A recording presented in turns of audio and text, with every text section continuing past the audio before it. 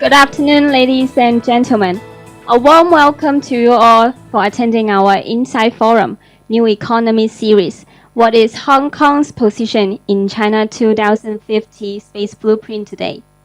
My name is Iris Kong from the Foundation and your MC for today. Let's start off by taking a group photo together. May everyone please look towards our photographer in the right corner and show your best smiles.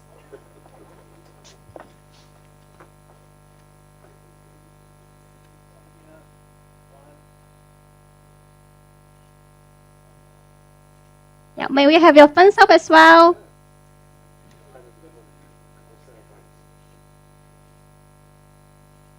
Okay, one more. Okay, 1, 2, 3. Okay, one more, 1, 2, 3. Thank you. Thank you so much. May we now have the pleasure to invite our speakers and guests onto the stage for a group photo, please. Mr. Lau Ping Chang, Governor of our Hong Kong Foundation and Managing Director of OASA Management Company Limited. Our keynote speaker, Professor Quentin A Parker, Head and Director of Lab for Space Research of the University of Hong Kong, Executive Vice Chairman of OASA, and founder and CEO of Feilong Aerospace and Technology Limited. Our opening speaker and panelist, Mr. Mahesh Harilela, advisor of our Hong Kong Foundation and Family Council Convenor of Harilela Group Limited. Our panelist, Professor Gregg Li, advisor of our Hong Kong Foundation, Governance and Management Consultant, Astropreneur and Comprador of NewSpace as OASA. Dr. Jane Li, President of our Hong Kong Foundation.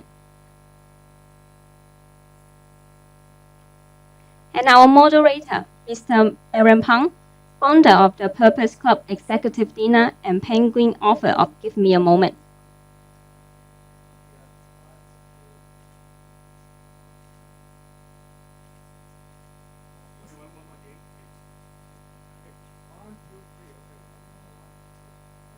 Okay, please remain on stage.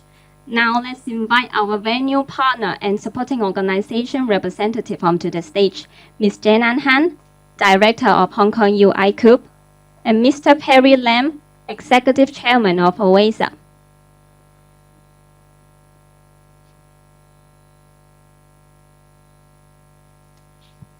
Thanks up.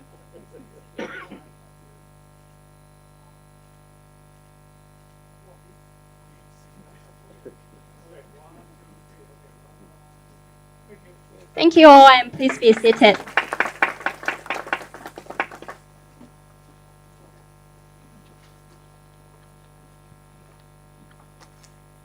Mr. Harilela, may I invite you to the stage to deliver the opening remarks, please? Thank you. Thank you for, hello, thank you. Everyone asks me why I wear these glasses. And I'm just embarrassed to say that I can't see people, nor can I read my notes. So please forgive me. It's now become my symbol of who I am. So let me begin. I hope you can hear me. So good afternoon, esteemed colleagues, innovators, and trailblazers. Before I begin, I'd like to thank our Hong Kong Foundation, Dr. Jane Li, who has organized and curated a very interesting series of conversations and talks. And in the last few months, I have been honored to be able to be invited to attend the challenges that she has given to us in thought leadership. So thank you very much, Dr. Jane. But it's also her team, Amy, and the rest of the team that have done very well in organizing these events. So much so that we have the honor and grace of the Honorable Regina Ip that has decided to join us today. So thank you very much for being here. Today, we have a conversation from Professor Quentin Parker. Besides being the handsome man in the group, in the room, the keynote speaker is is in charge of the Laboratory of Space Research at Hong Kong University. He's a super scientist, and he's taught me a lot about different things that we need to consider, and I'll allow him to speak about this later. We have Dr. Gregg Li, Professor Gregg Li, sitting here in his lovely green outfit, sharp and elegant as always. Founder of OASA, an incredible mentor. He helps a lot of young people to find a direction in their lives, and I think people who've had his mentorship have been very fortunate of having him. He's also a comedian when you text him on WhatsApp, so just be aware. But I will be joining him as a co-panelist as well. We have Aaron Pang, whom I haven't met yet until today, who is ready to be, well, he's a collaborator across mixed industries. And I think we're very lucky to be able to have someone of such diversity and knowledge to be able to engage and encourage us to speak. I begin. We all love this city and work tirelessly to build on Hong Kong's continued legacy. Together, we combine to be the guardian of this galaxy, our home. What an extraordinary gathering. A room filled with cross-disciplinary brilliance where finance meets engineering, policy meets innovation, and vision meets action. Each of you brings a unique piece of the puzzle. And together, we're here to assemble something truly transformative. Hong Kong's leadership in the new space and low-altitude economy, and why this matters. We stand at the threshold of a $1.8 trillion evolution. The new space economy, spanning satellites, space tourism, technology, and outside-the-box thinking, is no longer science fiction. It's seismic economic force with the power to reshape GDPs, create high-tech jobs, and redefine global industry leadership. And let's not forget the low-altitude economy. Drones, urban mobility, and smart logistics, a sector poised to unlock untold efficiencies and opportunities right here in our city. So this isn't just about rockets and drones, it's about Hong Kong's future. Why Hong Kong? Because no one else can do what we do. Our city is a super connector, a financial hub with the agility to fuse capital, technology, and compliance into a single engine for growth. Consider our unmatched strengths. A $4 trillion financial ecosystem capable of funding everything from satellite constellations to drone transport. A legal and regulatory framework trusted globally, ready to underpin space contracts and drone traffic management. A gateway between China and the world, perfectly positioned to link Shenzhen's tech labs with Riyadh's Vision 2030 ambitions. This is our moment to lead, not follow. So you ask, what's my role? My family is a believer and advocate of Hong Kong and Hong Kong's bold future. As someone deeply involved advising forward-thinking initiatives here, I've seen firsthand how Hong Kong thrives when it dares to think bigger. My work has reinforced one truth. Hong Kong's greatest asset is you, our people. Your intellect, your hunger for innovation, and your ability to execute is what we have here. Personally, I'm fascinated with the uncharted territories of this economy. How many more companies can set up, employment rises, and GDP contribution grow? How will blockchain streamline space asset trading? Can Hong Kong become the mediation arbitration hub for orbital disputes? What synergies lie between our fintech sector and lunar mining ventures? These questions excite me, as they should excite you too, because the answers will define our next chapter. The bigger picture is going beyond technology and beyond borders. The new space, low-altitude economy aren't just industries, they're platforms for collaboration. Imagine joint ventures between Hong Kong's financial services and European satellite operators, research partnerships with Middle Eastern sovereign funds to pilot drone logistics to logistics corridors within the BRI. Policy coalitions that position Hong Kong as a global standard setter for urban mobility, air mobility. Education and industries of hope for our future generations. This is how we future-proof our economy while elevating our global standing. Let's build this together. Today is not a passive listening exercise. It's a collaborative sprint. Ask bold questions, challenge assumptions, find the person across the room who complements your expertise, and start a conversation. The next trillion-dollar idea could emerge from this very room. So let me leave you with this. Hong Kong didn't become a financial giant by playing it safe. We got here by reinventing, adapting, and leading. Now, the next frontier beckons, not just in space, but in the skies above us and the economies we have yet to imagine. The question isn't whether we can do this, it's whether we'll dare to do it. Let's make it happen. Thank you. Now let's ignite the discussion and be the guardian of this galaxy, our home. I invite Professor Quentin Parker to come up.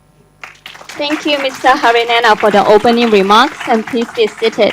Moving on, let's welcome Professor Parker onto the stage to share the insights on Hong Kong's roles in the China 2050 Space Blueprint. Professor Parker, please. Thank you very much, distinguished guests. It's a very powerful room, and first I'd like to say thanks to Mahesh, who I've known for a while now. What a great guy he is. No, bring that back, I might need it. Especially my mobile phone with a timer on it, which I'm about to start to count down. Oh, got to move over here, okay. Right, so I'll start my timer now. I think Mahesh just encapsulated beautifully the essence of what I'm going to say. So I'm wondering whether I just sit down, actually, because I think you've covered everything so beautifully, Mahesh, and covered the main points fantastically well. So without further ado, though, let's get going. So what is Hong Kong? Actually, what could be Hong Kong's position in China 2050 Space Blueprint? Because we don't have a position, actually, at the moment. We don't have one. We'd like to have one. Some of us in this room would dearly love to have one, but we don't have one. And this meeting, this venue, this event, maybe will help move the dial forward so that we could be in a position as part of China's amazing 2050 Space Blueprint. So what is it? What is this blueprint you've heard about? Well, it's a 25-year plan to be a global leader in space science and technology. It's been jointly released by all the major organizations that are stakeholders in this, as you can see there. And it focuses, however, mostly on science and not so much on commercial exploitation, though the commercial exploitation of the new space economy is, I think, where Hong Kong's role should be added into this blueprint. International collaborations are actively sought, and this is something that the China Space Policy document from 2021 had in it. It mentioned internationalization 36 times in that document and collaboration 20-odd times in that document. I believe China is earnest, really earnest about international collaboration. The focus areas of this blueprint: lunar and planetary exploration, the China Space Station telescope, the China Space Station as a science lab, the Zhutian China Space Station telescope, which is a 2-meter optical telescope like the Hubble Space Telescope, but with a field of view 300 times larger. So it becomes a massive survey telescope for doing amazing science. And of course, establishing a lunar research station on the moon with human beings living on the moon. These are big, ambitious things. It emphasizes global leadership through 3 key phases: lunar research station, advancements in high-precision space observations, and revolutionary breakthroughs in science, of which China is becoming extremely adept at. Did you know that in terms of patents and papers in top referee journals in the world, China now leads the pack and has done for more than 2 years, overtaking America and Japan? Right. So if you look at a slide of the blueprint, here's what it says.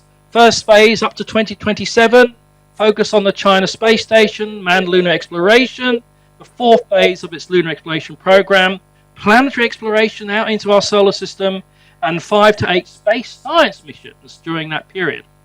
2nd phase, 2028 to 2035, continue to operate the China space station, and the vision that we have at the moment, that's only its initial configuration.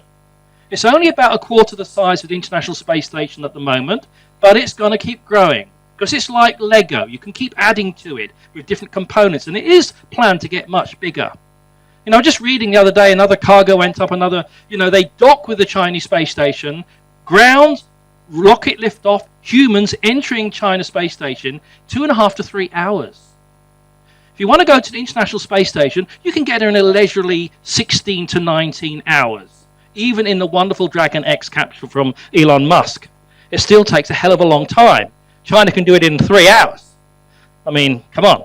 Anyway, 3rd phase, China will launch more than 30 space science missions. Now, people like Meng Su, my deputy director, who is an incredible scientist, and we care deeply about all the science stuff. Most people in this room probably care more deeply about what's in their wallets and how to make it fatter.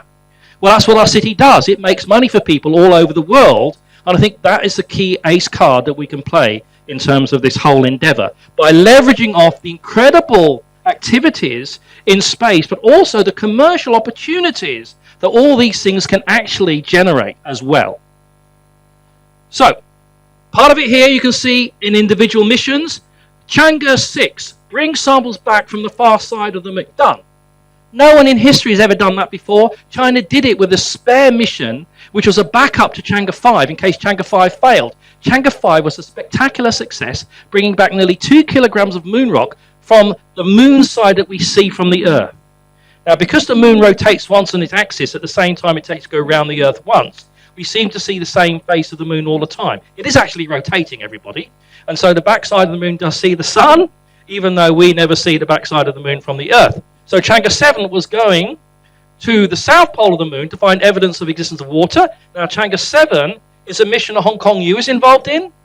Me and Meng and others, we're putting a small wide-field camera telescope on the moon, on the lunar lander. It's built, it's finished, it's been accepted, the flight model's ready to go, and it should land on the moon in November 2026. So we're very proud of that at Hong Kong U, and our Hong Kong UST with Chang'e 8 are putting a robot on the moon, and that's another Hong Kong U involvement. Of course, PolyU has been building robot arms and cameras for the Chang'e missions for about 20 years. So we have 3 top universities. As I said, we have 5 universities in the global top 100. No other city on Earth has that kind of tertiary education mini superpower status that I keep harping on about in my various articles. But anyway, it's true. So, 2030, land taikonauts on the moon. Okay, and then all these other things. And then if you're going outside of the moon, then you've got the Tianwen-3. Tianwen-2 was already bring back samples from near-Earth asteroid. That's exciting. That launched a few months ago and is on its way. Should bring back, in a few years, some near-Earth asteroid material, potentially. Tianwen-3 launching in 2028, going to Mars. Now, again, Hong Kong U is hoping that we may be lucky to win a payload on that. Super competition, 28 proposals in. We're just one of 28 proposals, but we're in the hunt. I'll let you know if we succeed, but it's tough competition. 2049, explore the wild frontiers of the solar system. Then Tianwen-4, go out to Jupiter and do the stuff that NASA did, but with better tech and better imagery and everything more high-tech than it was back then. Build a solar power station, not sure when we'll do that. Set up near-Earth asteroid defense system, which we need. To stop another cataclysmic dinosaur extinction level event happening 65 million years ago. That could still happen again and destroy all life on Earth if we don't have some capacity to avert it, if it's going to happen. Anyway, so our elite Hong Kong universities, just like a montage of how our involvement is. This is the very first science satellite mission actually was from our university, a lobster eye X-ray telescope launched in July 2020. This is our little camera that's going to the moon, landing in November. We got moon rock, both PolyU and Hong Kong U got moon rock from Chang'e 5. We're hoping to get moon rock from Chang'e 6, the far side of the moon, compare the samples to learn about the moon. Of course, Hong Kong UST, through a big OHKF grant, has got a robot that's going to the moon. Fantastic result for them. And of course, we've had this amazing work done by PolyU for a long time. And so our universities have fairly good heritage and track record in activities in the China main space program, which has been burgeoning like crazy for the last 10 to 20 years, especially the last 10 years. So, you might recognize this American slide, but it encapsulates the right stuff that I think we need. Hong Kong has the right stuff, as Mahesh clearly articulated, to be a global hub for the new space economy and for something I care even more deeply about, because I don't actually care about money all that much, said he, lying through his teeth. No, I do care about other things apart from finance and being able to have a comfortable retirement. And that is about stuff like this, about our city and its potential future. So it's all about our potential future as a city in this incredible domain that this talk is all about.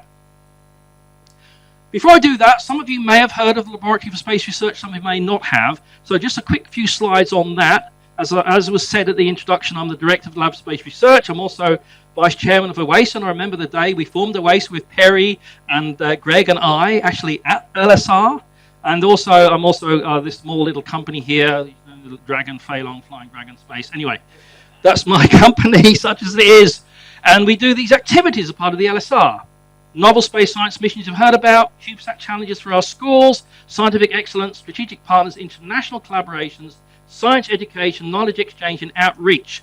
We're currently going through another internship program, and we have another 30-odd students, the largest science internship program at Hong Kong U, and we don't even advertise it, it's all just word of mouth. Anyway, if you want to learn about us just because we can in Hong Kong, because we're not just another Chinese city, we can Google Hong Kong LSR and click on images and find out what we've been up to. If you want to find out what we've been up to, you can just Google us. If you're in China, use your VPN and Google us, or do Baidu.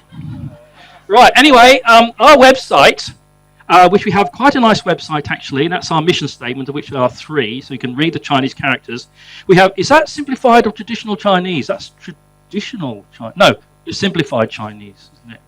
Anyway, whatever it is, because I can't actually read Chinese, about 100 characters, if I'm being honest with you. I can say a few Chinese words like Wo Yao Yi Ping Pijo and stuff like that. Long Bing Bing or something. Anyway, my name and blah, blah, blah. Anyway, so we have this website in simplified Chinese, traditional Chinese, and in English. And that's our second mission statement, which I'll let you read.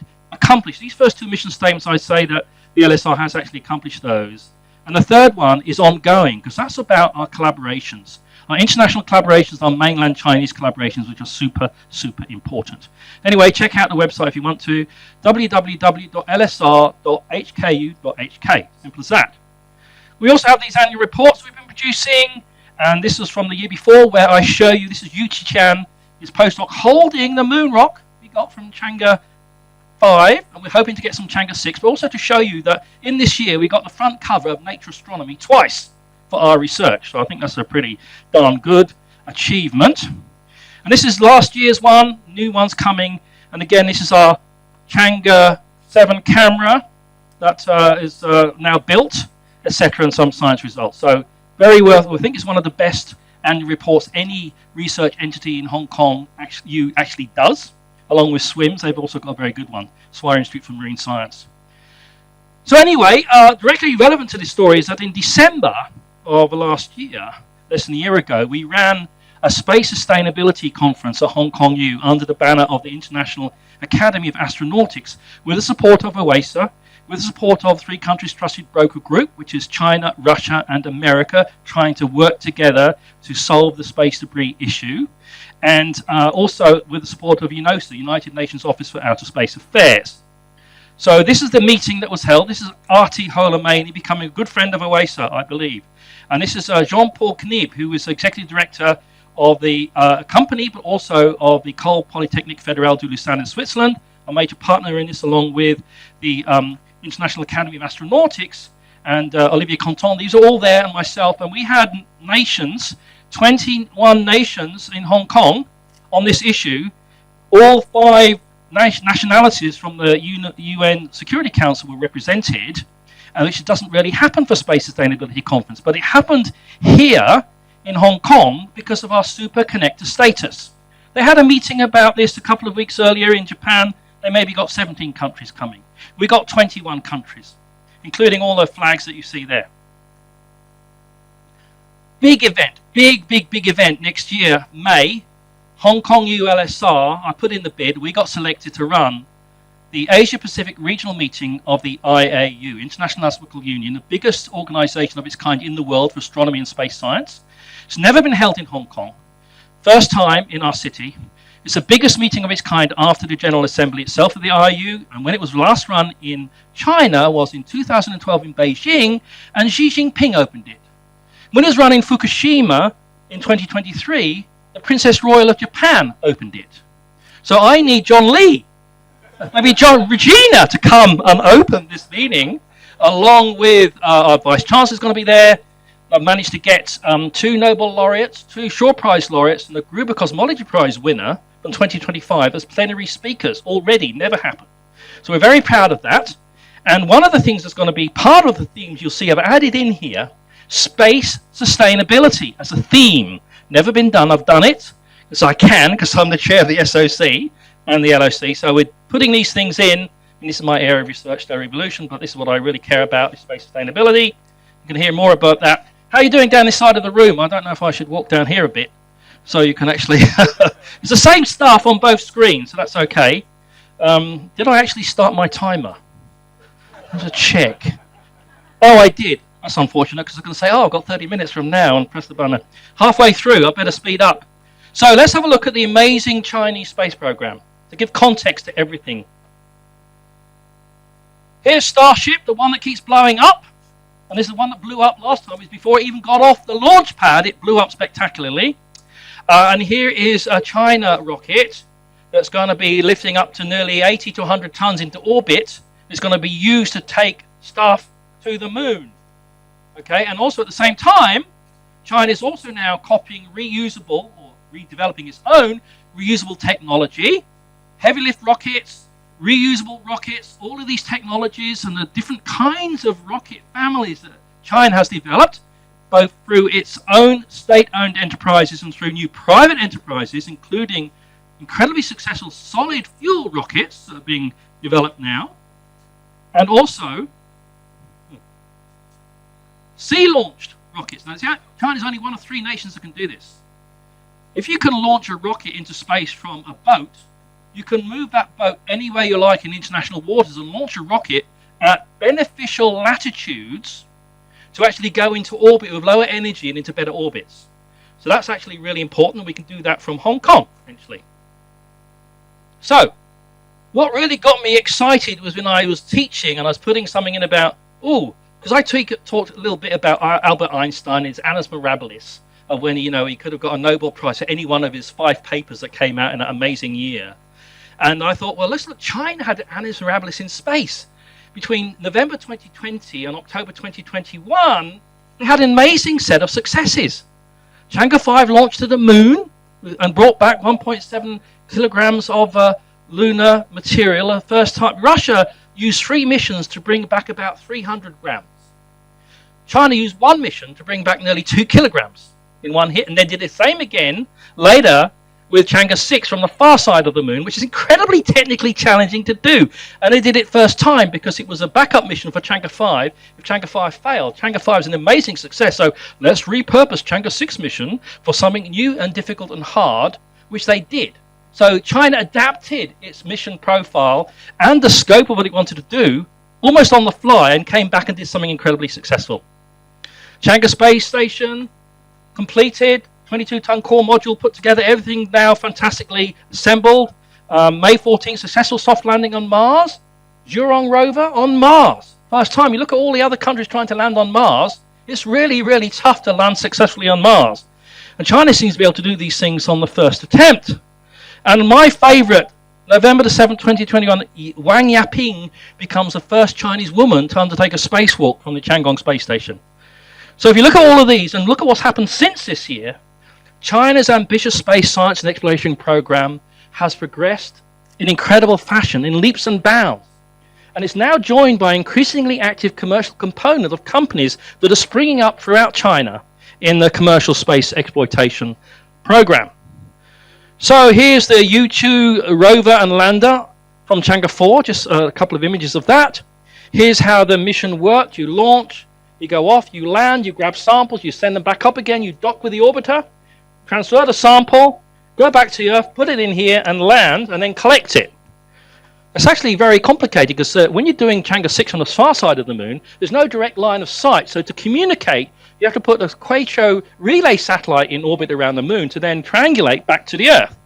That's also a challenge. So I'm amazed at how rapidly China has emerged. Because China, being very modest, says, oh, we hope to become a space power soon. And I'm saying, well, actually, that happened about 5 years ago. You're now actually a major space leader. You know, you're not emerging, you've emerged, and now you're leading. So, this is Chang'e 6. This is what happened with it. Again, bringing back samples from the far side of the moon. This is the orbits, and this is the relay satellites and everything that went on.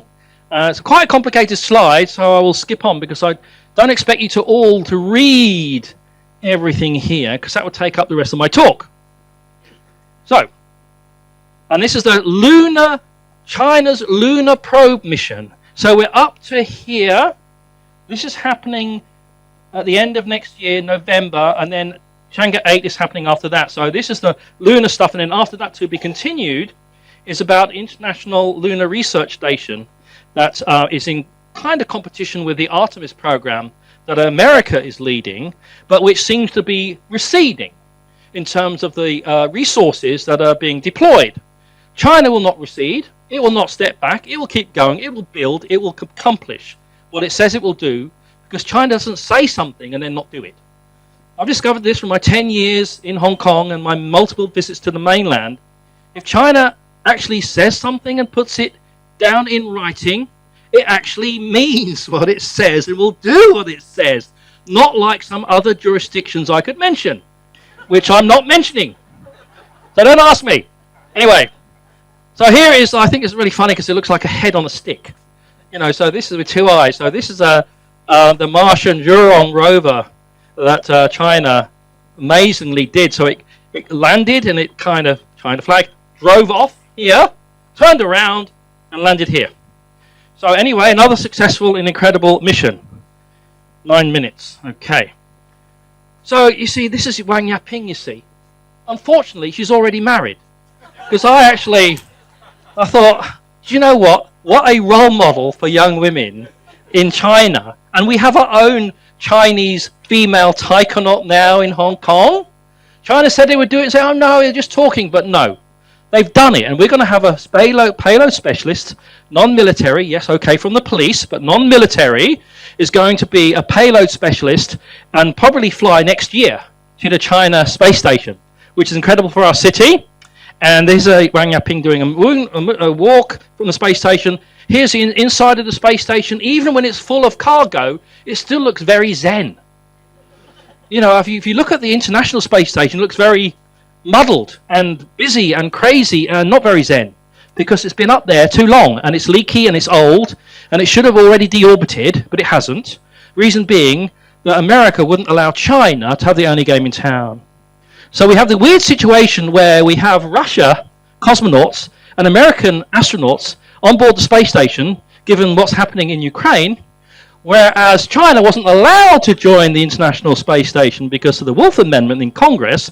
And all that did was spur China on to develop its own in-house space program, which is done to an amazing degree. So every time a certain power decides to try to punish or exclude China, China just says, okay, we'll just go on our own, and then end up being better, more modern, more agile, more capable than what would have happened if they just joined the... Anyway.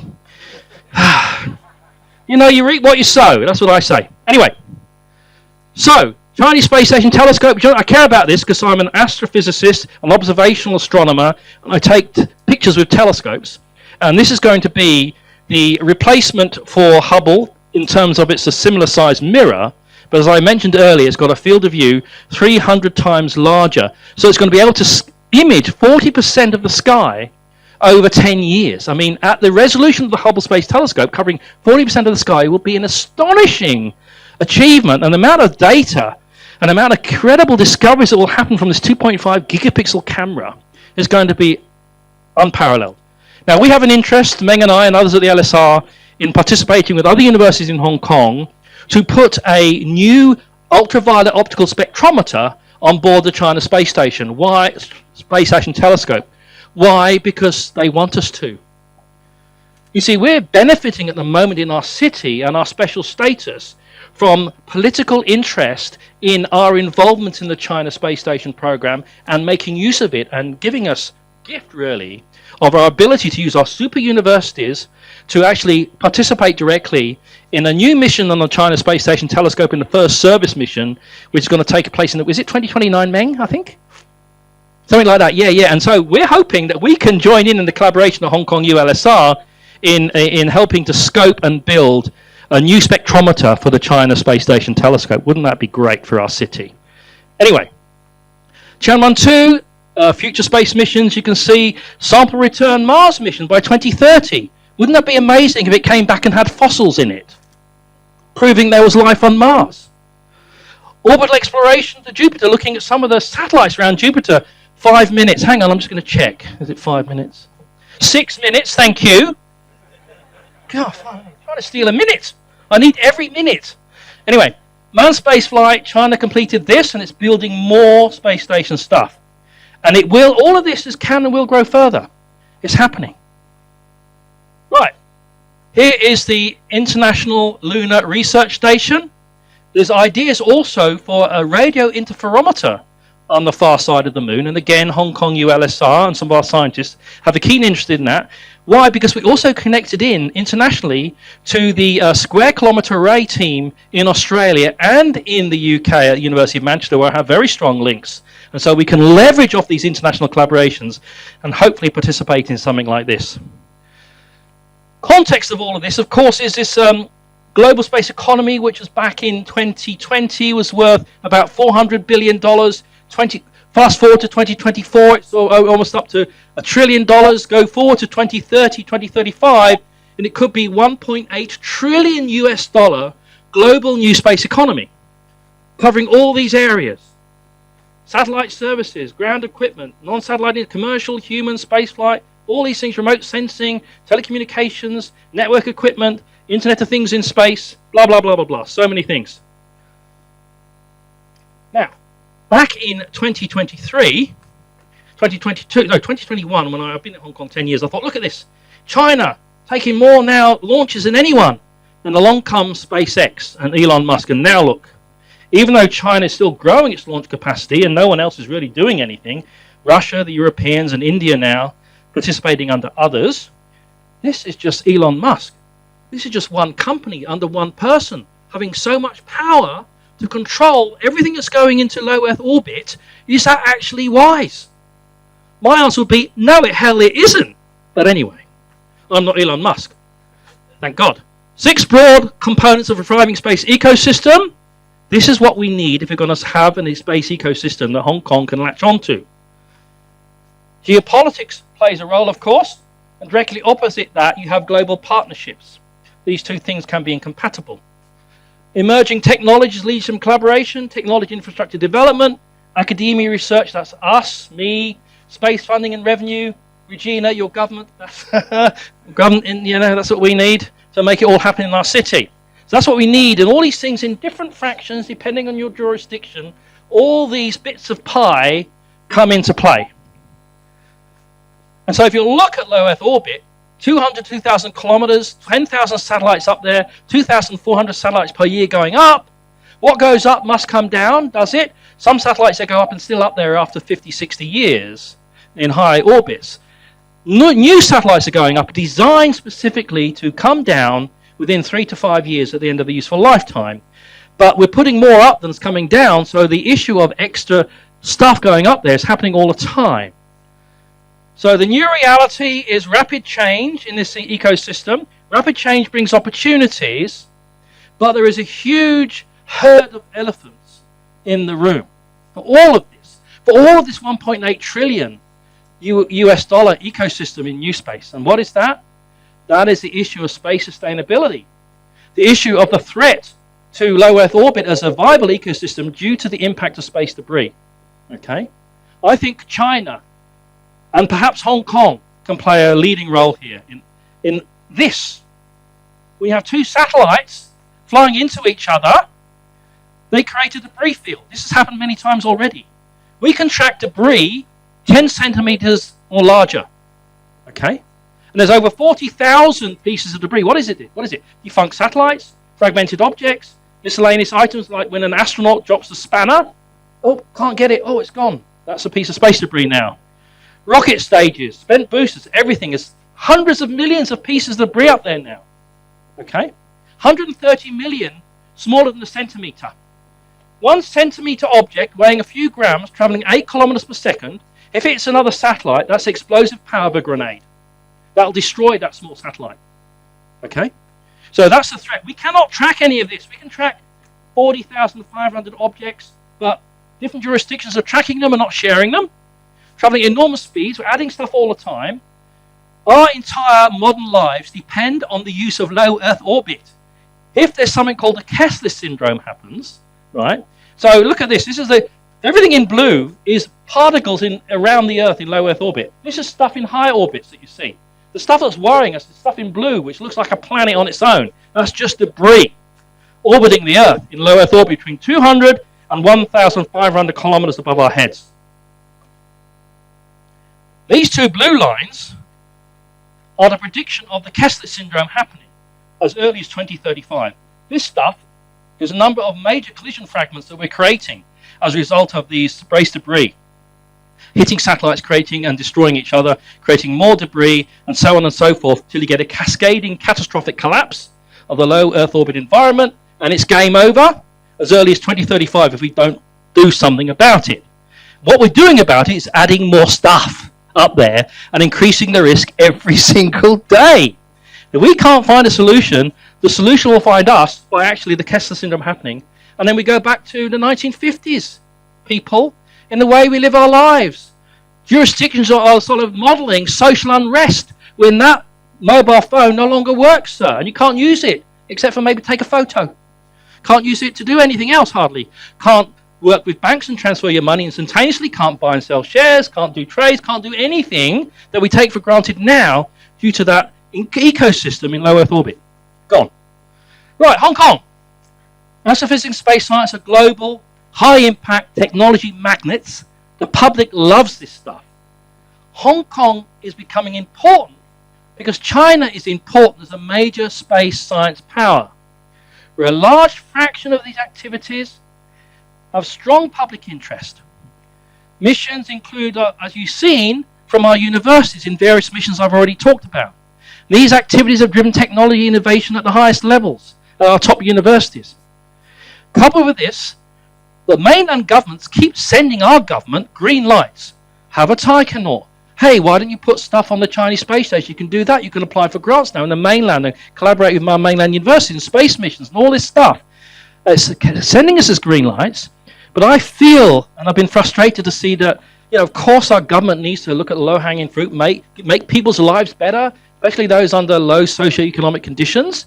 But there is also a bigger picture at play about the future prosperity of our city, which will come from a new space economy to some degree. They're underdeveloped, these things in Hong Kong. We have huge potential, including for the creation of high-tech jobs, because of all the things that I've been saying in my articles, what Mahesh said at the beginning about the cards that we have in our deck. Why Hong Kong? Top 3 global financial center in the world. International trade and business. Hong Kong tops global rankings in these. Business efficiency infrastructure, top 10. Government efficiency, ranked top 3 globally.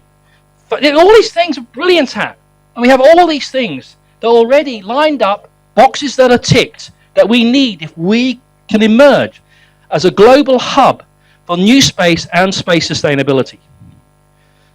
Okay, I've just about run out of time, so I've only got a couple more slides, and I just want to mention at the end the recent Global Prosperity Summit championed by our very own Regina Ip that went from May the 19th to 21st, and it had space as the opening theme. And it covered the strongly emerging opportunities for our city. I believe those opportunities are real. I believe we have a lot of cards in the deck if we play a hand. We're not playing a hand. We're not even sitting at the table of poker yet. We need to sit at that table and play all that hand. We've got aces up our sleeve. We can really take a leadership role, not just in Southeast Asia, but globally in some of these things. So we put together with Mahesh and myself and Inaki Amati, Chairman of the Chamber of Commerce, and Adam Janakowski, a whole series of policy recommendations to our government based on a one-day workshop that we held that brought together 35 stakeholder groups in investment, in banking, in insurance, in legal, in aerospace, and in universities to come up with a set of recommendations that have gone in. And to consider setting up a Hong Kong space agency or space office or whatever you want to call it. When I wrote my article about this, it ended up trending at #1 in the China Daily for about 3.5 days. So at least there's some interest out there in this whole idea. So anyway, Hong Kong, what can Hong Kong do for China and the world in new space as I close? And space sustainability, maximize, as Mahesh said, our international superconnector capacity. Engage our mighty insurance securities pillar. Utilize our investment and fintech excellence and expertise. Leverage our use of English as the international language of aviation, aerospace, commerce, banking, and so much else beside. We cannot underestimate the ongoing importance of our use of English. My university has English as a language of instruction, and rightly so, because it's an international university with many international students whose common language that brings us all together under one university is our use of English. It's the lingua franca, if you will, of the world at the moment. 50 years from now, it might be Mandarin. Or at least Mandarin will play an increasingly important role, but at the moment, whether you like it or not, it's the English language. We can do much better than Singapore or Luxembourg, the Duchy of Luxembourg, who are boosting new space activities considerably. We have much more cards to play than these other centres. We can pursue links to the burgeoning Chinese space program, #1 in state-owned assets and second in terms of rocket launches. And nowhere in Europe or Singapore is even close to what we have that we should be leveraging for our city and for its future prosperity. So thank you. The time for Hong Kong to seize opportunities in space and new space is the present. It's not yesterday, it's now. Thank you very much. That's the end of my lesson. Thank you, Professor Parker, for the insightful sharing. Please return to your seats briefly while we prepare for the next section.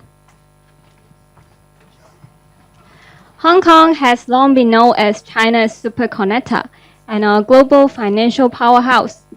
It is uniquely positioned to complement the national blueprint by leveraging its expertise in finance, compliance, and technology innovation. By actively engaging with the new space sector and related industries, Hong Kong can drive economic growth, attract investment, and help shape the future of the global space economy. For our coming panel discussion, we'll explore how Hong Kong can contribute to and benefit from China's visionary space ambitions.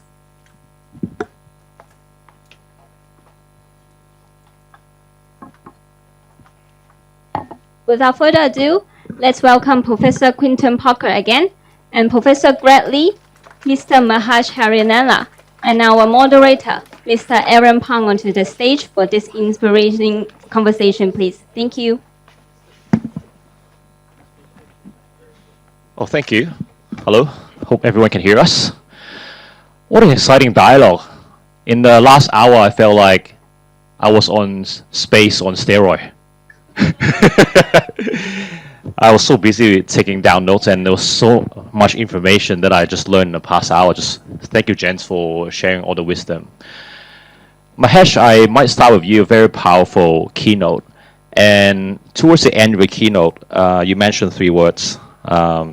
You mentioned about reinvention, you mentioned about adaptation, and you also mentioned about Hong Kong taking a leadership role. It's not a question about whether we can do it, it's whether Hong Kong dares to do it. From your point of view, what Hong Kong needs to tick in terms of those 3 boxes that you mentioned: reinvention, adaptation, and also leadership? I think we have to go back in time to how Hong Kong became a financial center. It wasn't by design that Hong Kong said, I'm going to be a financial center. It was an attitude of creation of availability for trade that facilitated Hong Kong's growth. And I think if we revert to that very significant time in history that converted Hong Kong into this place, I think we're facing that very moment today. I think we're at that precipice where Hong Kong is looking at the green lights that China has provided to us, the very signal that we could actually create something that's far more sustainable in helping and shoring up our financial system, which represents about 40% of our GDP. So I think if we miss this step, Singapore already started 9 years ago. If we talk about Luxembourg 10 years ago, India has already started. And would you believe Thailand has already created regulation on this? Did you know that Indonesia is talking with China about launching rockets? Hong Kong is not about launching rockets. It's about creating the intellectual capability connection between these nations with China. And I think that's exactly where we stand today. Thank you. Your thoughts, Quentin? Yes, I'd like to echo that, but I also think that we have not just intellectual connectivity, but the international connectivity as well, in terms of, as a financial global hub, we connect with many banks and institutions all around the world. So, because we're a global financial hub, like London and New York, we're the third in the world. And so we also have many businesses, international businesses set up, and some of them have main offices here in Hong Kong as well. And it's not just about Southeast Asia, it's our global power, that we have our connectivity, that we have our regulation, that we have that's world respected. It's respected around the world, despite what is said in some areas.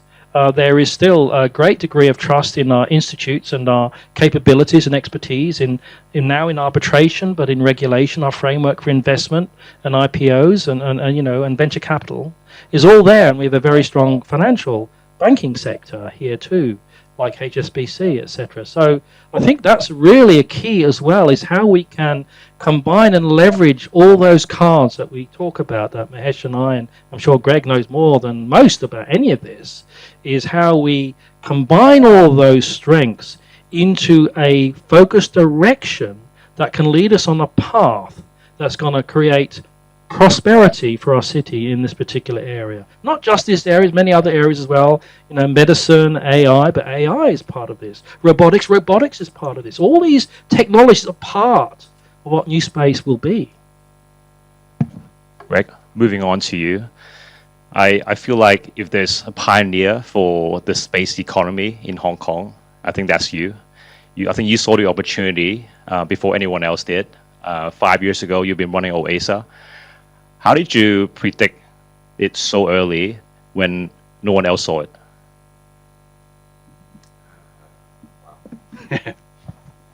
How did I predict? I guess part of it, you got to see things other people don't see. And I get that from good teachers like these. I learn from them. When I saw Quentin's speech, I'm actually quite proud because of, as a human, as a Chinese. But I'm also quite sad as a person from Hong Kong because we're not stepping up. And maybe I haven't been a good coach. So I've been trying to coach young people. So what is making me sad? Maybe that's the way, what got me so I got to do something. I have young people who are leaving Hong Kong. One's going to Singapore, one is in Japan teaching space. One's going to the UK. They're not coming back. He said, where's the opportunity? In the US, we have 380,000 jobs in space, and it's growing at 18% per year for the last 10 years. In Europe, it's growing at 66%. In Hong Kong, I don't know. I don't have that number. Nobody measures it.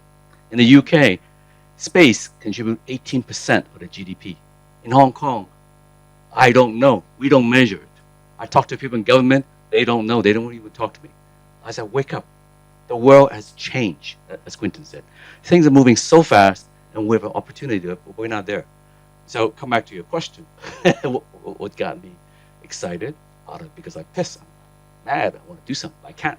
I'm doing what I can to Harry, myself, we got together and said, let's do something. So, I don't know. Try to answer your question indirectly. Thanks. So it's pain. So you internalize that pain and turn it into your motivational fuel. Putting words in your mouth now. Quentin, I I really enjoy how you started your presentation, and when you strategically corrected the title or amended the title. Instead of what is Hong Kong's position, you changed the wording to what could be Hong Kong's position.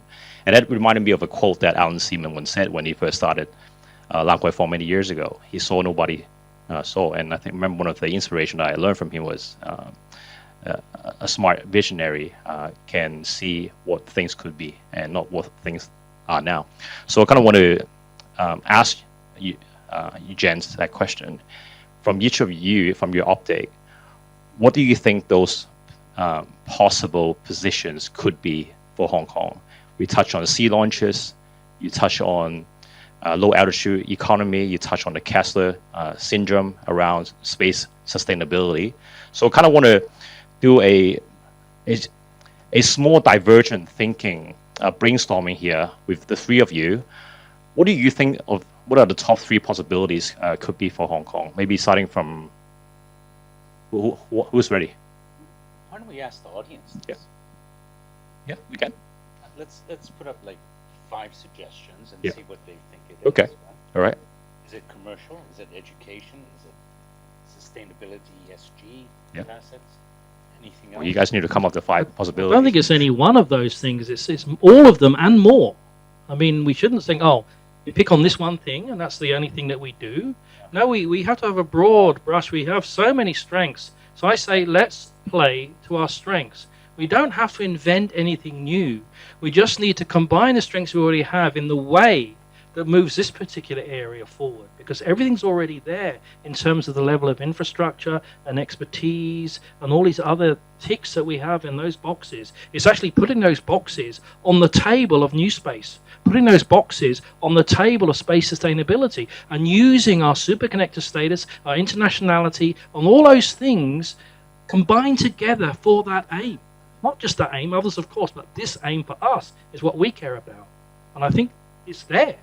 We just have to combine it, use it. Yeah, but I think what Aaron is asking is what we think is the priorities in which we want to approach this. And the priorities are, do we go with government and say policy and provide us with a blueprint on how you want to keep the guardrails on protecting and ensuring its growth? Do we want to look at it as a private sector in terms of, do we come up with businesses that support this industry? Or do we look at it as a financial purview and say, hey, maybe we should start investing? The other is education. Maybe the universities and the secondary schools, tertiary, have to change the way that they teach. Now we focus on STEM.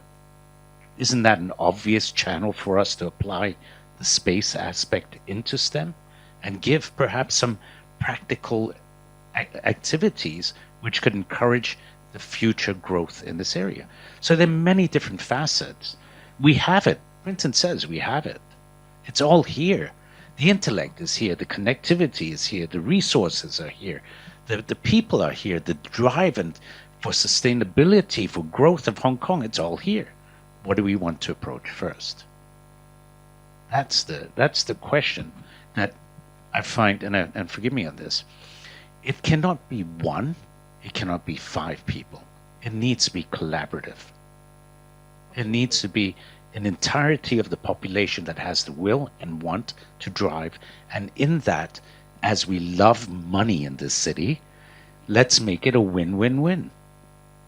That's really what it's all is. I think sorry, Greg, I know you're going to jump in, but just quickly, I think the one thing that's really lacking, and I've mentioned it before, is until there's some kind of serious government policy and leadership as direction to support where many of us would like to go, people are still just going to sit on the fence waiting for that green light. They are. And so that's why nothing has really been happening, I don't think. Because even with the best will in the world, unless people know that they're investing with the support of the government behind them or moving forward because that's where the government also wants us to go, they're not going to move. Okay, let me jump in. I think first, you need an understanding. And what is new space? If you remember correctly, years back, space was government. Commercial don't get involved. Then something happened in, to 2010. NASA says we need help, and here comes Elon. So commercial got involved. Now commercial is getting involved in China as well. So there are companies saying, we need help. Rocket companies need to raise money. Where should they go? Hong Kong. So why don't they come down to Hong Kong? They need insurance. Where should they go? Hong Kong. Right? All these things, Hong Kong can help. Where do they go now? Nowhere. They don't know where to go. Hong Kong needs to step up. These are opportunities. We're going to have a moon base. China's going to have a moon base by 2030. And there will be lunar infrastructures. A lot of things happening on the moon. And key thing about the moon is other countries will be up there too. And one thing they want is, can we have things that can work together? Interoperability, right? Who's very good at that? Hong Kong. What are we at? We are a perfect multi-plug, right? Everything works through Hong Kong. We need to step up. We need to see an understanding. But the problem is we don't understand because we don't see it. Why don't we see it? Because we don't talk about it. And that's the main thing. We need to understand where the world is going, wake up, and how can we help? Now, China is giving all this hint, but we don't understand it because we don't see it. There's no discussion, different layer of understanding. So education is very important. Talk by, Quentin wakes us up. Wow, this is what's going on. We need to do something because if we don't, we can see where the world is going right now, right? We don't want to be part of that. We need to be the mediator and talk. And this is perfect time, perfect place, because common law is respected here. I'm going to steal your idea. And you mentioned 4 possibilities, if I haven't lost count, around policy. So spending more time liaising with the government, trying to go more top-down, the educational space, putting more funding and resources towards driving innovation for the private sector, and also with the rise in family offices, maybe potentially try to drive more investments for the finance industry. Let's just go with 4, right? Let's just do a quick poll from the audience.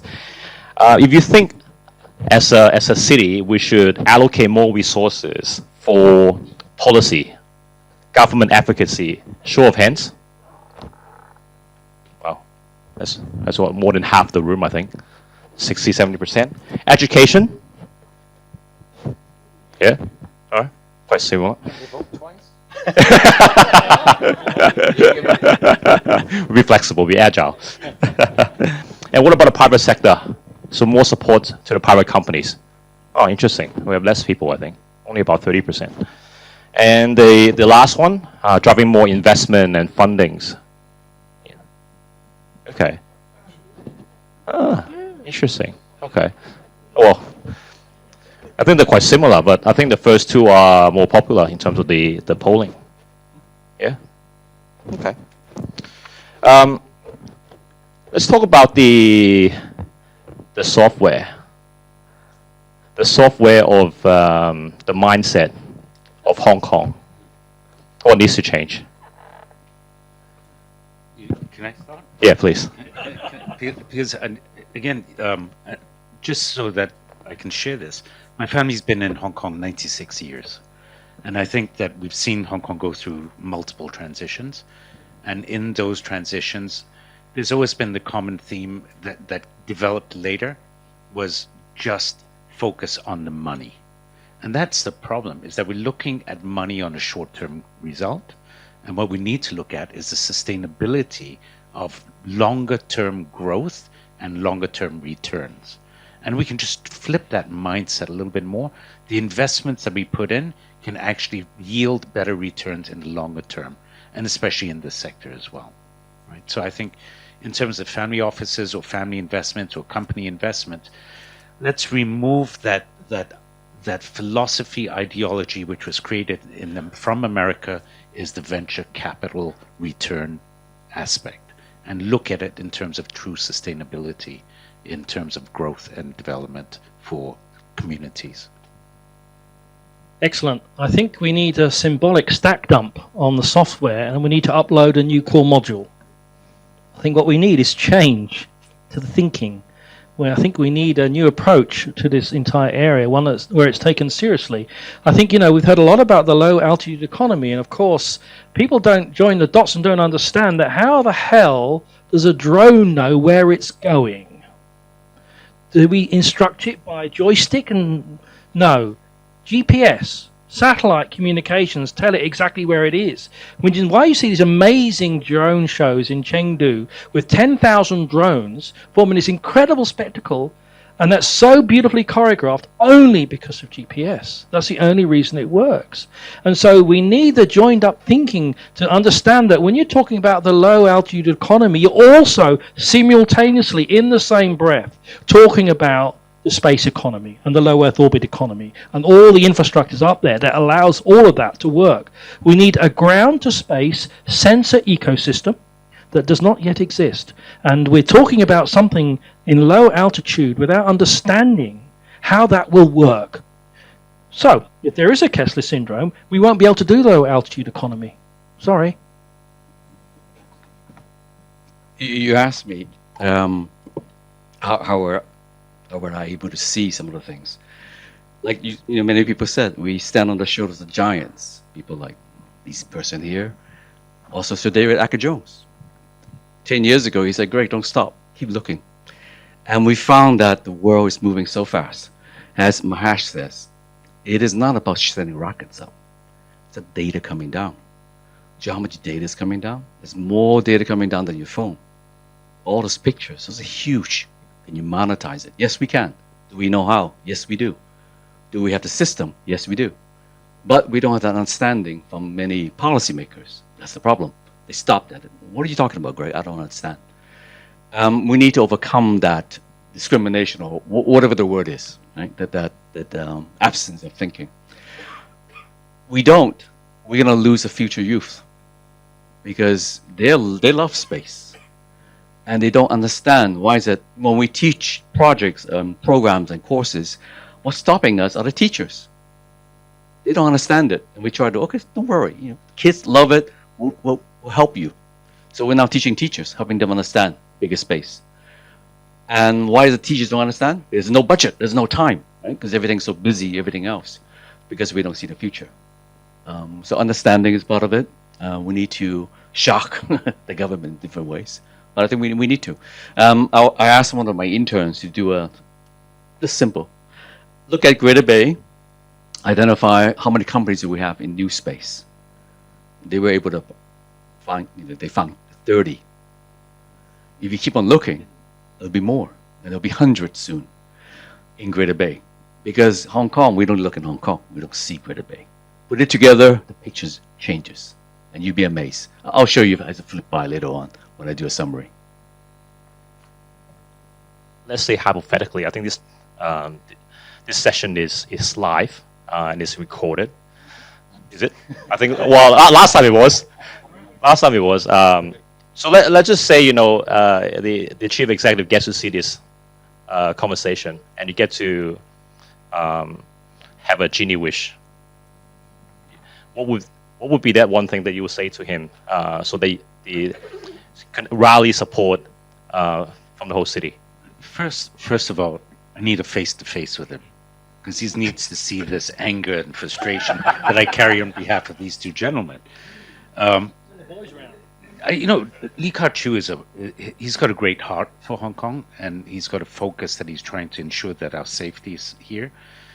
The question I ask is, how far down can he look, knowing that his term will expire soon and whether there's a renewal or not? So if we are living on the paradigm of the time that he's here to make things stick, the person who then takes over, if he doesn't continue, will he continue with these policies? So therefore policy is very, very important. But I asked John Lee, give me a chance to test. Let me show you, right? Just a few bucks. Let's do an exhibition. Let's invite the companies to come down. Let's hold a space conference. Let's have this activity. Let's prove that there is an interest that China wants of capital from overseas, as well as a sharing of information where education can actually latch onto, and how the universities can demonstrate their capability and bring the Hong Kong public and open their eyes. So if this is what we can do, like a book fair, to go in and to immerse yourself in anime or literature, it's the same thing. It's called APRIM 2026. Yeah, that's what it is, and it's going to be bigger than that, right? That's my next question to you, Quentin. You touched on that is coming up in May 2026. You've got a full room of 150 odd change agents here who can play a role. How can they get involved with what's coming up next year? Clara wants to speak. Oh, Clara wants to. Would you like to stand up? The universities in Hong Kong display their latest research related to space. Related to space, and also the S3, Hong Kong PC. I would love to have them showcase the best of what they have, and make it. I think Greg, Quentin have told us that we will have 500 to 800 of the top astronomers in Hong Kong and more people, and this will be a good event to showcase the best of Hong Kong to the whole world. So I think if you know of anybody who have products, services, like technologies that should be showcased at APRIM, please contact me. Thank you. Thanks, Clara. What, what was the question? The question was, yes. We need this, we can't hear you. I'm deaf. Do you sure you have to get some softwares to the space softwares? Sure. Oh, thank you. Okay, coming back to his question, which is what kind of software can we do if we have some time with the chief executive? I think part of the things we need to do is get government involved. They need to be a buyer of space services. Then they'll understand. Because a lot of startups need resources. We need a camp. You know, where's a cyberspace place where you come together and do something? It's not in Hong Kong, it's all over the place. We need to centralize those thinking. So a lot of things we can do. But set up a space office, you know, begin from there. Well, speaking of the mindset, sorry, do you want to say something? Oh, no, carry on. Yeah, speaking of mindset and innovation, I think what tends to happen to most people is when you get to a certain life stage, you have a tendency to be risk-averse. And just looking at the average age of this room, how can we deploy more of that innovative thinking more to the grassroots, you know, to the next generation? You mentioned about seeing people leave Hong Kong, going somewhere else really hurt you.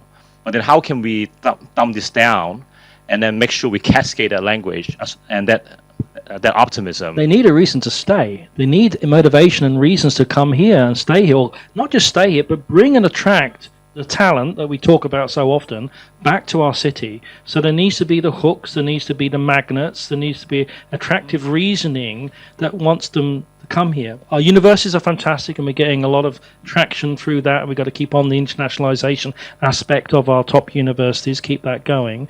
We've got to give opportunities in new adventures, new high-tech enterprises. Now, we're not going to be much of a manufacturing hub in this city anymore. That'll be done in the GBA, but we can be prototyping, we can be design, ideation, and technology demonstration and development in our universities and in institutes, which then we use in manufacturing perhaps elsewhere. But we keep, IP, we keep all those opportunities. And so there's a lot of opportunities there, not just in NewSpace, but in some of the other related technologies like robotics and AI and miniaturization, and also of course in all the medical stuff, including medicine that we can do in space.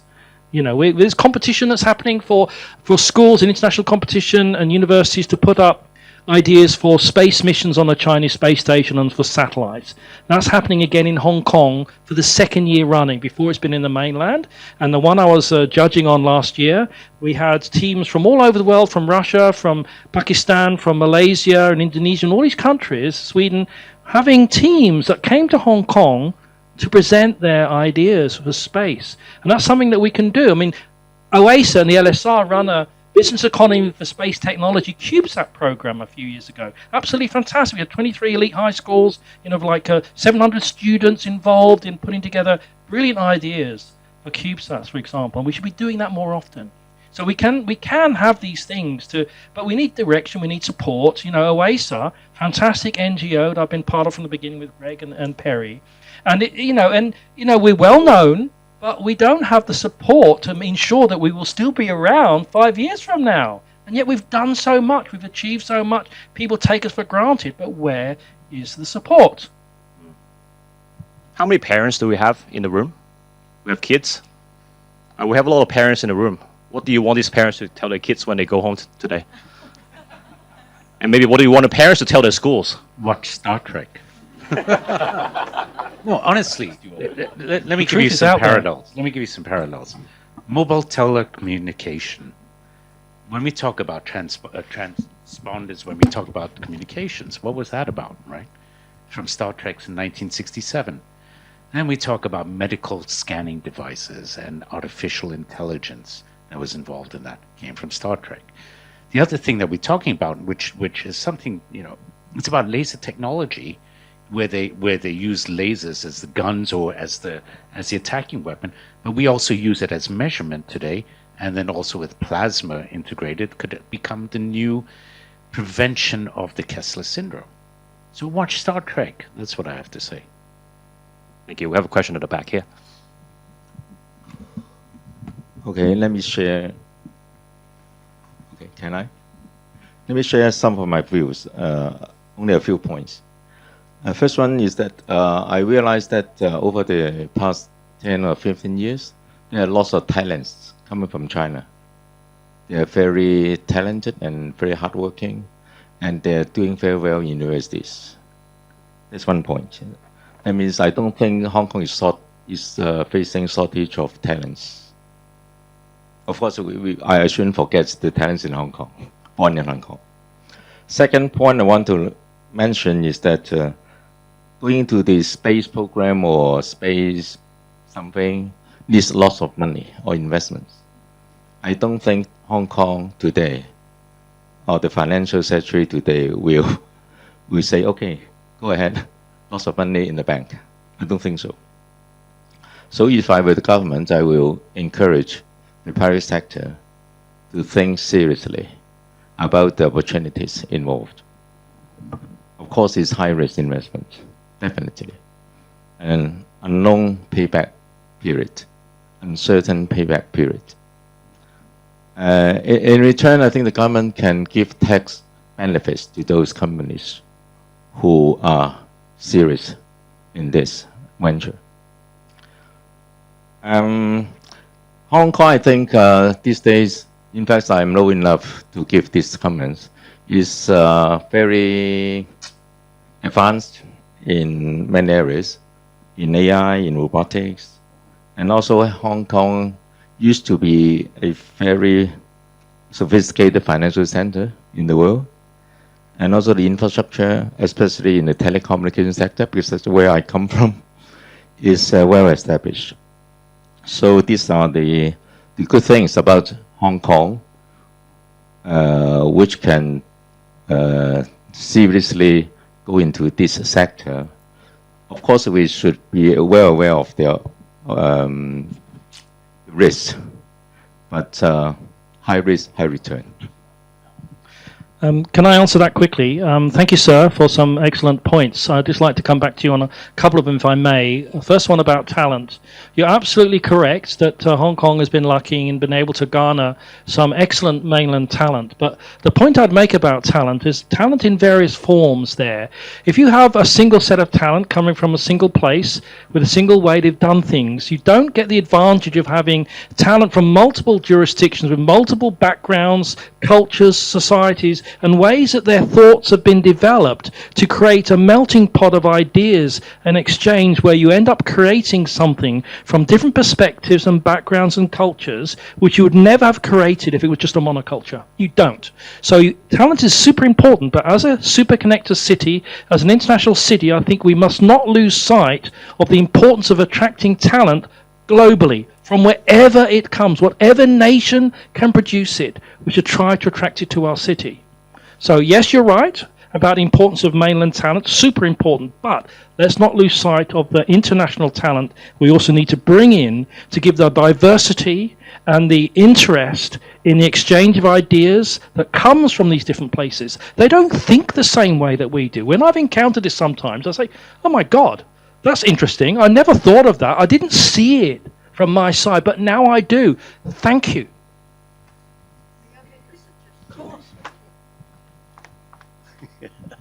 Thank you.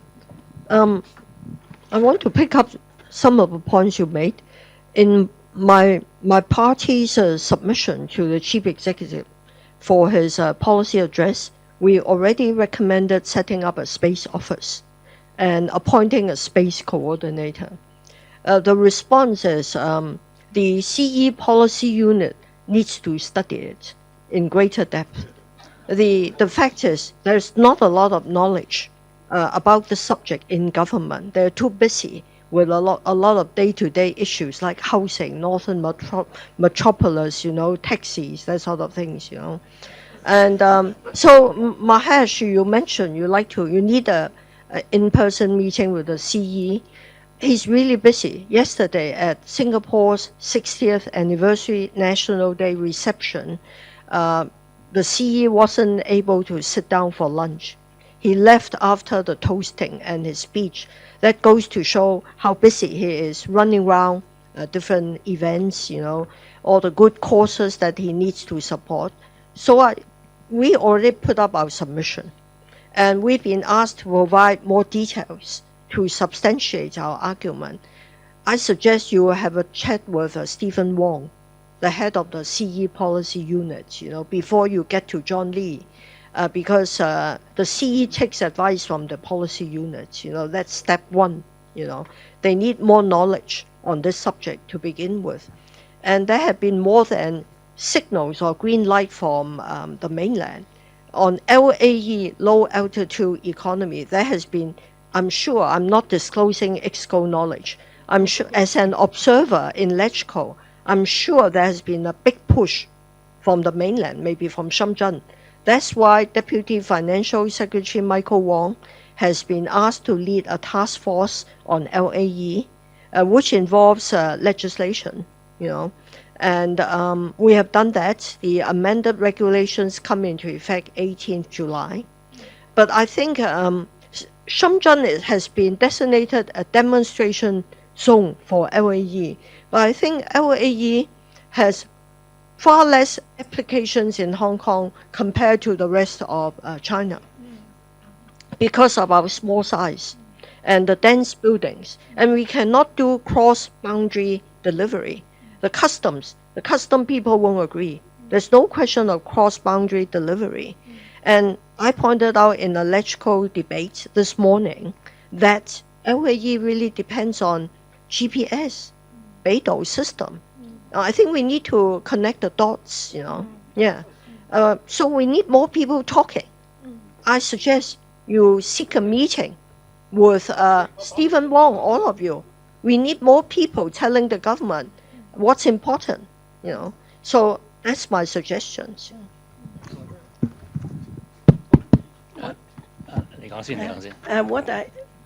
What I just wanted to say was what exactly Regina has to say, because we are talking about a space blueprint. It should come from the government and not from the laity. I mean, the government is the one that should give us the vision, of what that blueprint should be like. But I don't think they know enough. So I'm suggesting the professor will give them a lesson or a lecture so that they get to understand a little bit more. Our school, after listening to Greg, we have the students have started projects on low altitude economy, and they have done very well. And actually in the Learning and Teaching Expo, they have been sharing this with other students. But I don't think people in Hong Kong have heard of even the terms of low altitude economy. So I think the first thing is that how this is going to help us in the financial aspect as well, because we need, Hong Kong is very poor now, We need to get, rich, through some sort of innovation. Thank you. I'd just like to pick up on that and what Regina said actually about the LAE is absolutely spot on, because there's not that much scope here in our city for having an amazing LAE, but there is scope in our city to have an amazing NewSpace economy and an amazing space sustainability contribution to the safety of the ecosystem for the whole of humanity. So I think that's where we can really play an important role. LAE will be there in the periphery, at the edges. What we can do, we will try to do. But to have so much focus on something when that focus should be elsewhere is the thing that pains people like Greg, Mahesh and I, when it's so obvious to us. But I think Regina's right again. There just isn't a level of communication. There isn't a level of proper advice given or listened to that will make the difference. And going back to that gentleman at the back's point again about funding, of course, I don't think we're going to get massive government funding, but we don't need it. A small amount of funding focused in the right areas strategically is what can make all the difference in the world. Okay, and it's not just about funding, it's about recognition and, as you said, sister, the government direction, the leadership from the government is what we need. There is one Chengdu aerospace company applied for this. Oh yes, yes, we're friends. We know. Yeah. Yeah. I hope that success is successful. I like to share two encounters. I was in Hangzhou and Ningbo just a couple of days ago. I was there on Friday and Saturday, just 2 days, and we met up with the 6 little dragons of Hangzhou, 6小龍, DeepSeek, Unitree. There's also another company called BrainCo. I don't know if you heard of it or not. This particular BrainCo company, very exactly, it's a neurotech thing, all right? And they had a demonstration, a guy without an arm, and he fitted him with a artificial arm, and he was able to play piano using his neural brain waves or whatever, okay? A guy was without a leg, okay? Of course, you have to, roll up his trousers to see that he has no leg. And he also fit him with a robotic, it's not actually robotic, but actually they use a neural, whatever, I don't know what it is, all right? And then he can run.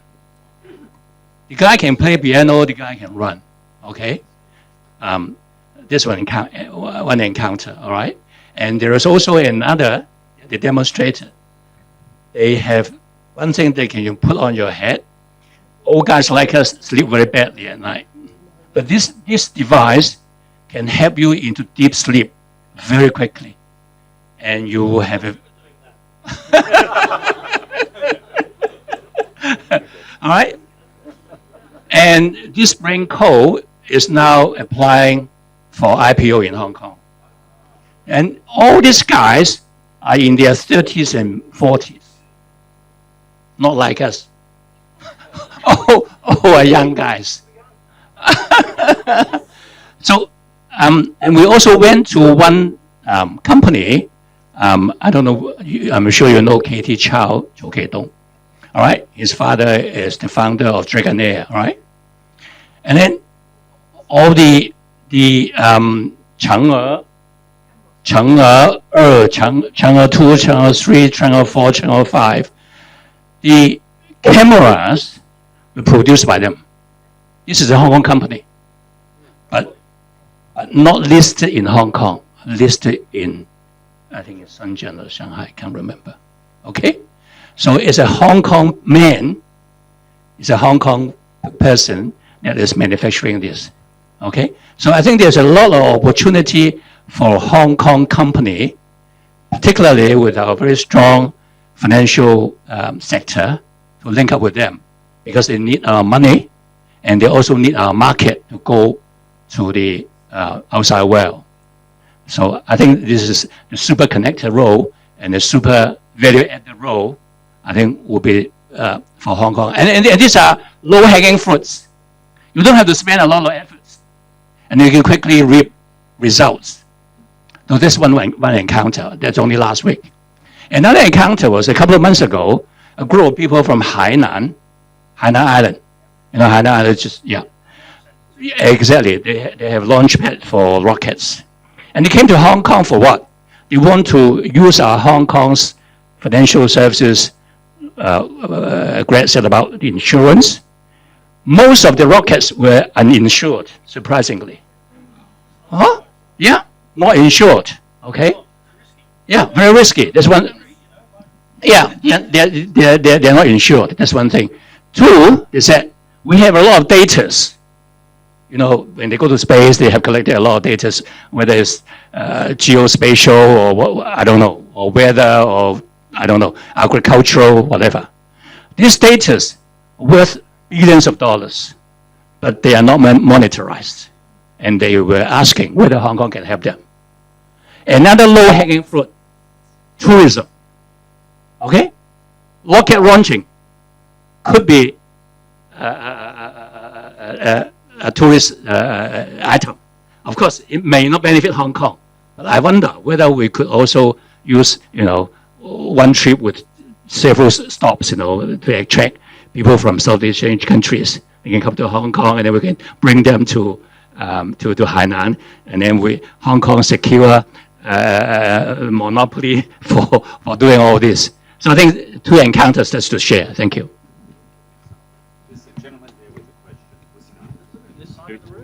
Okay, thank you. Let's just have one last question. Yeah, thank you. I want to share my opinion. You know, the topic is what is Hong Kong's position? Okay? I think the technology searching and the technology issue is of second importance. We have to find our position. Okay? Our position is Hong Kong is a business center. We have to do the space business. I echo what the gentleman said, you know. We can receive, we can take in job and to put satellite in the sky. Hong Kong have the connection to everywhere. This is our technique. If we spend money in technology, we may waste a lot of money. Okay? How can we compare with United States, China? We have a lot of funding. But what do we have? We have to make money to fund ourselves. Okay? Tourism. Space business. Okay? This is what I think. In 2050, at our age, it will be inshallah. You know, inshallah, that's God wishes. We may not able to see that, okay? But we have to make our direction correct. If we concentrate in technology, it is not for Hong Kong.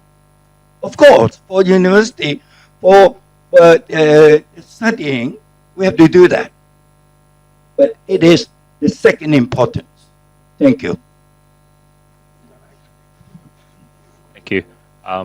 I think what we'll do is I'm just conscious of time, and the panelists will stay behind after the discussion, and feel free to reach out to them for more chats.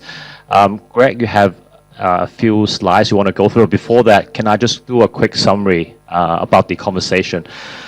I mean, obviously, we spent the last 90 minutes learning a lot of information, opportunities and challenges that are available right in the city.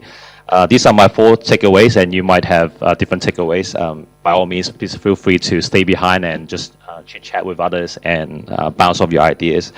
But I would say there are very positive signals coming from the dialogue. We've heard that there are companies that want to be listed in Hong Kong, and that goes hand in hand with the conversation around driving more interest in the private sector around innovation.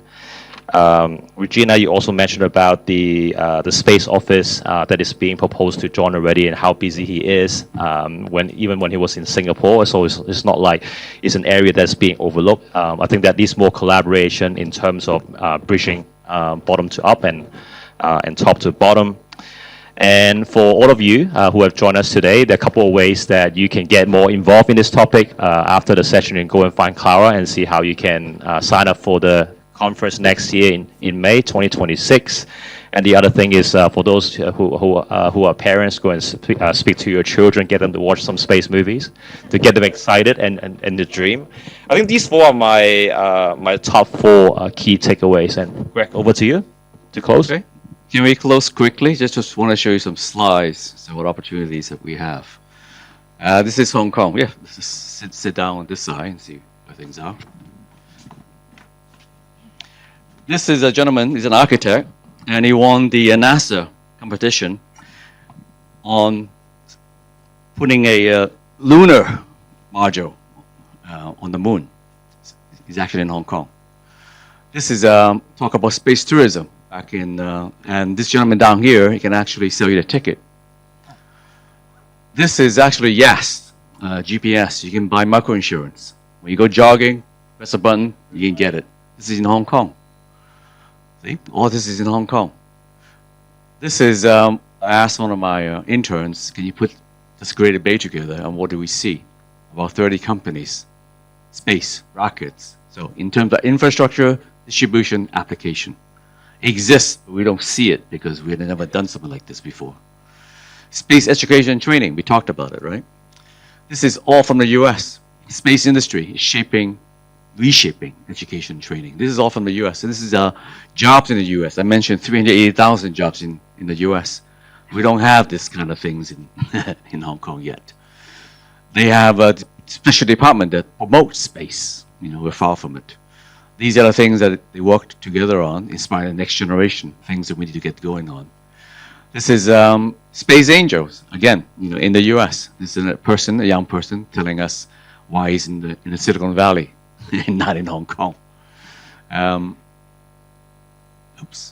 So China. Next year, we have to say, again, we're going to be on the moon soon. So this is something that Hong Kong definitely can get involved in. Quentin showed you this. All these are infrastructure that we need to build. Okay? Hong Kong can be a part. They need money to build these infrastructures. Rockets, okay, all that's part of it. Shelter, 3D printed. This is where the world is going. OASA is part of it. I just want to show you this. This is Harilela Mahani, and she's the director of UN Office for Space. So we just want to hear a short message. My name is Harilela Mahani, and I'm director of the United Nations Office for Outer Space Affairs. I would like to recognize OASA, or the Orion Astropreneur Space Academy, for their continued efforts to promote peace, international trade, entrepreneurship, and knowledge sharing among students and professionals, leveraging the platform of space affairs. Everyone from large to small organizations alike can play a part, whether members or non-members, from Vienna to Hong Kong.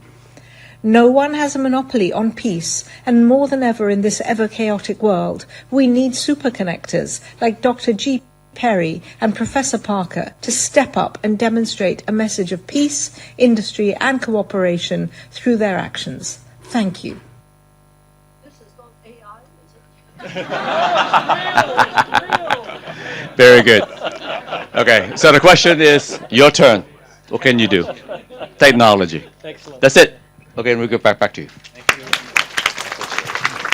A big thank you to Professor Parker, Professor Li, Mr. Harilela, and Mr. Pang for bringing us such an inspirational sharing. Before we conclude, I would also like to take this opportunity to thank you, our supporting partners, Laboratory for Space Research of University of Hong Kong, OASA, the Purpose Club, and Hong Kong UI Group. Thank you all for coming today, and have a nice evening ahead.